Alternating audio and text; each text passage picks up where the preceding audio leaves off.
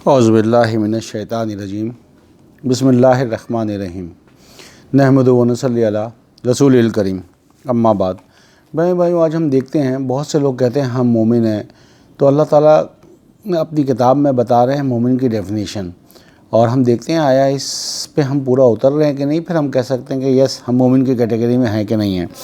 آئیے دیکھتے ہیں سورہ انفال 8 نمبر سورہ، اس کی 2 نمبر آیت سے اللہ کہتے ہیں انما المؤمنون الذین اذا ذکر اللہ وجلت قلوبہم واذا تلیت علیہم آیاتہ زادتہم ایمانا وعلی ربہم یتوکلون۔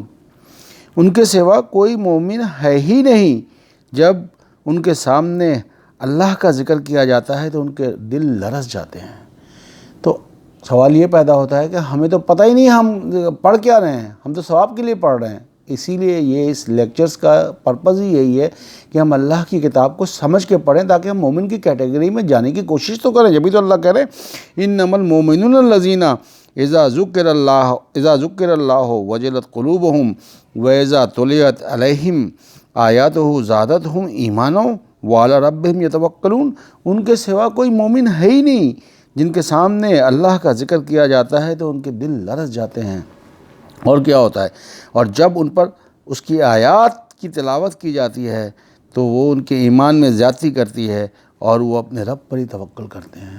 تو ہمارا اور آپ کا بہنوں بھائیوں کوشش یہی ہونی چاہیے کہ ہم اللہ کی آیات کو سمجھ کے پڑھیں تو ہمارے دل لرزیں گے۔ نیکسٹ آیت میں اللہ کہتے ہیں انہی لوگوں کی کیٹیگری الذین یقیمون الصلاۃ ومما رزقناہم ینفقون، جو صلاۃ کو قائم کرتے ہیں اور جو کچھ ہم نے ان کو رزق دیا ہے اس میں سے خرچ کرتے ہیں۔ صلاۃ کو قائم کرنے کا مطلب اس کو اسٹیبلش کرتے ہیں۔ اگر اللہ نے کہا ہے غیبت نہیں کرنا تو ہم غیبت نہیں کریں گے، اگر اللہ نے کہا جھوٹ نہیں بولنا جھوٹ نہیں بولیں گے، یہ ہم صلاۃ قائم کر رہے ہیں، کمیونیکیشن کو اسٹیبلش کر رہے ہیں۔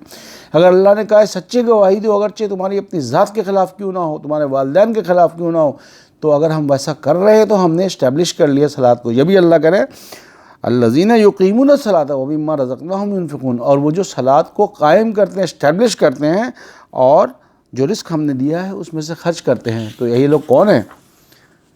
اللہ کہہ رہے ہیں اولئک ھم المؤمنون حقا، در حقیقت وہی مومن ہیں، حقیقت میں وہی مومن ہیں جو ایسا کر رہے ہیں، ورنہ سب ایسے ہی ہے۔